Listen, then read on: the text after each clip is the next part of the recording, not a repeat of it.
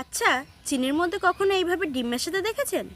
তবে আজকে চিনির সাথে ডিম মিশিয়ে এমন একটা লোভনীয় রেসিপি বানিয়ে দেখাবো, যেটা দেখার পর আপনি জাস্ট অবাক হয়ে যাবেন।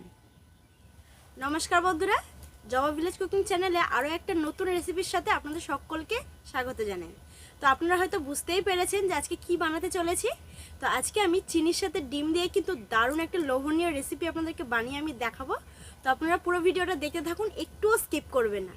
চলুন বেশি দেরি না করে শুরু করে ফেলি আজকের রেসিপি। আসুন, একদম সবার প্রথমে উনুন জ্বালিয়ে একটা কড়াই বসিয়ে নিচ্ছি।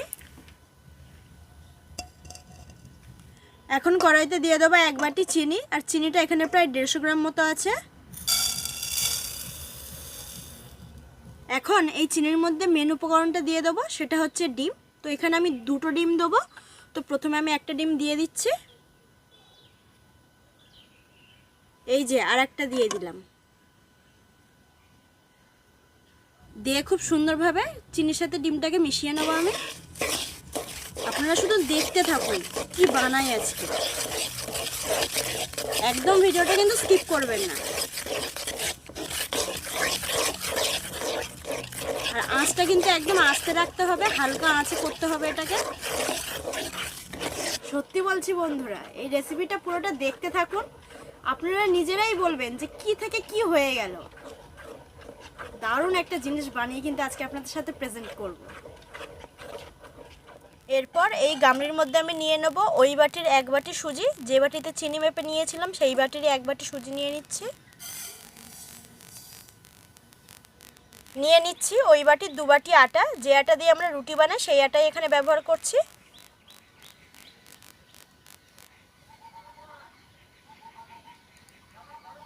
দিয়ে দিচ্ছি স্বাদ অনুযায়ী লবণ। এবার একটা হ্যান্ড বিটারের সাহায্যে শুকনো উপকরণগুলোকে মিশিয়ে নেব।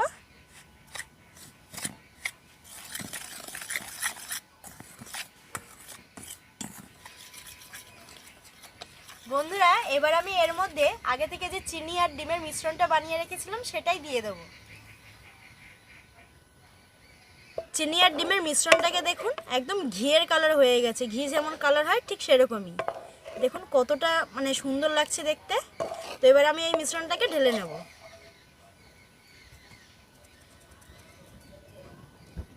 আবারও মিশিয়ে নেব শুকনো উপকরণের সাথে খুব ভালোভাবে। আমি জানি আপনারা হয়তো ভাবছেন যে এইসব আমি কি উল্টোপাল্টা করছি, কিন্তু সত্যি কথা বলছি, পুরোটা যখন তৈরি হয়ে যাবে না, আপনারাই বলবেন যে সত্যি কি থেকে কি হয়ে গেল। একটাই অনুরোধ, পুরো ভিডিওটা দেখুন, একটু স্কিপ করবেন না, তাহলেই বুঝতে পারবেন।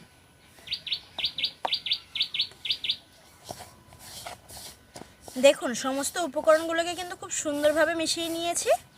তো এবার আমি ওই একই বাটি মেপে 1 বাটি জল এখানে দিয়ে দিচ্ছি। তো আবারও খুব সুন্দরভাবে মিশিয়ে নেব মিশ্রণটির সাথে।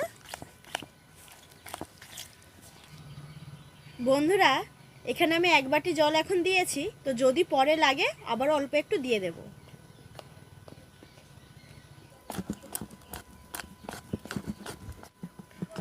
ব্যাটারটা খুব সুন্দরভাবে ফেটিয়ে নিয়েছি, আর দেখুন কত সুন্দরভাবে ফেটিয়েছি।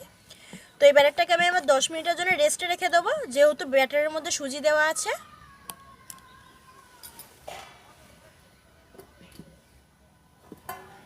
ব্যাটারটা 10 মিনিট আমি রেস্টে রেখে দিয়েছিলাম। এবার এই ব্যাটারের মধ্যে আমি দিয়ে দেবো অল্প একটু বেকিং সোডা। আবারও একটু মিশিয়ে নেব। দেখুন 10 মিনিট রেস্টে রাখার জন্য কিন্তু ব্যাটারটা অনেকটা শক্ত হয়ে গেছে, যেহেতু সুজি ছিল, সুজিটা কিন্তু ফুলে গেছে। তো আবারও অল্প একটু আমি জল দিয়ে দেব। আবারও ব্যাটারটাকে খুব ভালোভাবে ফেটিয়ে নেব।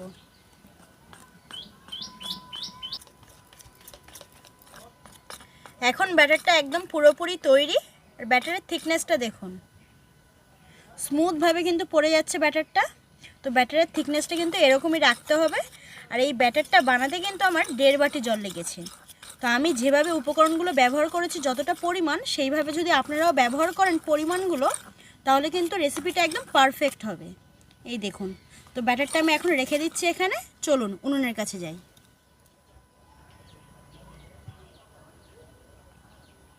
তেলটা বেশ ভালোভাবে গরম হয়ে গেছে। এবার আমি যে ব্যাটারটা বানিয়েছিলাম সেই ব্যাটারটা এক হাতে দিয়ে দেবো। একদম তেলের মাঝ বরাবর দিয়ে দেব।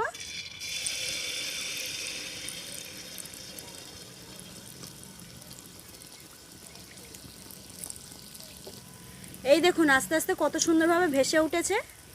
তো এবার আমি উল্টে দেব।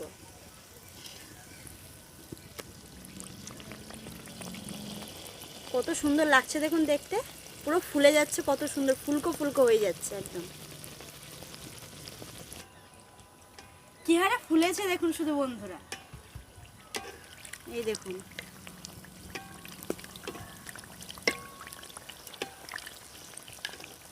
এবার আমি তুলে নেব এটাকে।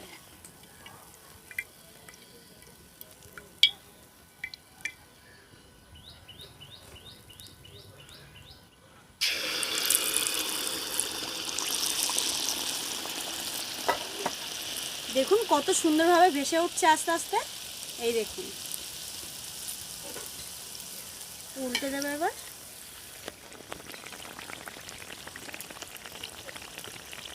দেখুন কত সুন্দরভাবে ফুলেও যাচ্ছে আস্তে আস্তে। উপর থেকে একটু তেল ছিটিয়ে দেবো এইভাবে।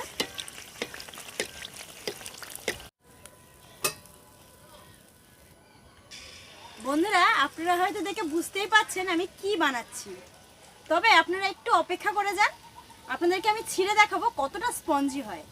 এই দেখুন আরেকটা যে তেলে দিলাম কত সুন্দরভাবে ফুলে উঠলো, ভেসেও উঠেছে খুব সুন্দরভাবে। তো এটাকে আমি উল্টে দেব।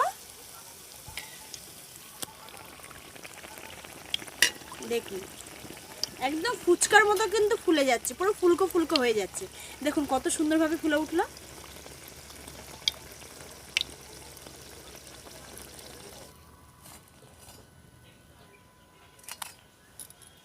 বন্ধুরা সমস্ত পিঠেগুলো কিন্তু আমি ভেজে নিয়েছি, আর প্রত্যেকটা পিঠে কিন্তু একদম ফুলকো ফুলকো হয়ে আছে। দেখুন কত সুন্দর দেখতে লাগছে।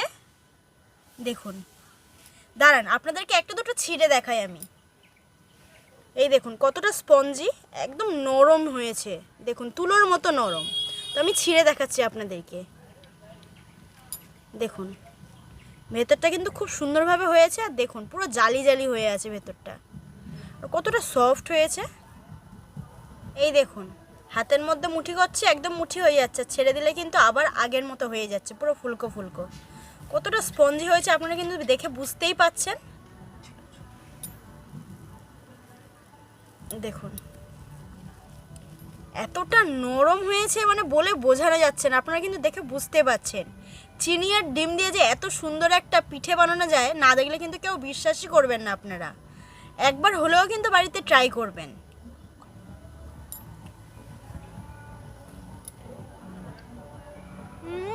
স্বাদটা একদম অসাধারণ হয়েছে, মানে বলে বোঝানো যাবে না, দারুণ টেস্ট হয়েছে।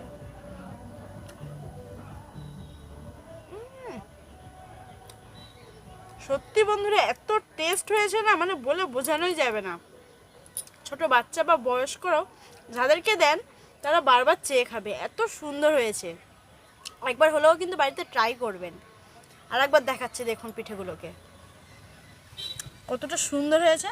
তাহলে আজকের এই নিত্য নতুন রেসিপিটি আপনাদের কেমন লাগলো অবশ্যই আমাকে কমেন্টে জানাবেন। আর হ্যাঁ বাড়িতে একবার ট্রাই করে আমাকে আবার জানাবেন কমেন্টে যে কেমন হয়েছিল, আপনারা যে বাড়িতে তৈরি করবেন। তাহলে রেসিপিটা আজকে এখানেই শেষ করছি। তো দেখা হচ্ছে পরে কোনো নতুন রেসিপি নিয়ে। ততক্ষণ সুস্থ থাকবেন, ভালো থাকবেন আর সাবধানে থাকবেন। আর হ্যাঁ যে সকল বন্ধুরা এখনও পর্যন্ত আমার চ্যানেলটিকে সাবস্ক্রাইব করেননি, অবশ্যই চ্যানেলটিকে সাবস্ক্রাইব করে আমার পাশে থাকবেন। টাটা।